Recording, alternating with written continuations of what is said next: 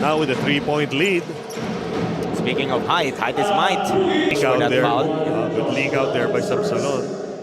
Sizzling assist of the game muna tayo, brought to us by Jerry's Grill. You'd still rather be at Jerry's.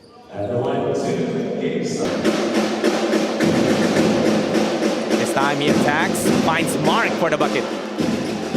That was Sunyo there racking up another assist there. Oh, Mark. my. Take a look at this sizzling assist of the game, brought to us by Jerry's Grill. You'd still rather be at Jerry's. Great ball handling skills there demonstrated by John Luis Sunyo. 35-25, Sapo. Nola pass by Manuel. Renon gets the reverse to go. Plus an opportunity for one more para kay Rodel Renon. Backdoor cut. This is our Jerry's sizzling assist of the game. Ryan Manuel doing it on all. Loriaga goes backdoor to Orlando Getting, and Kone getting another feed together here in the first half.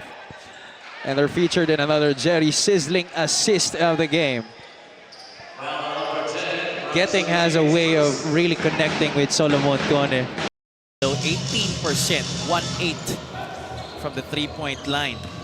Medyo mababa nga yun, no? Dahil I think nahirapan sila makapasok dito sa depensa ng Olivares, kaya sa labas na lang sila tumitira.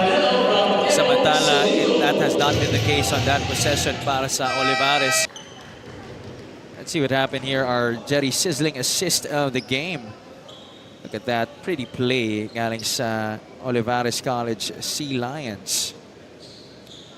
Panelo with a give and go. Sonido giving it back, and Panelo finishing at the rim.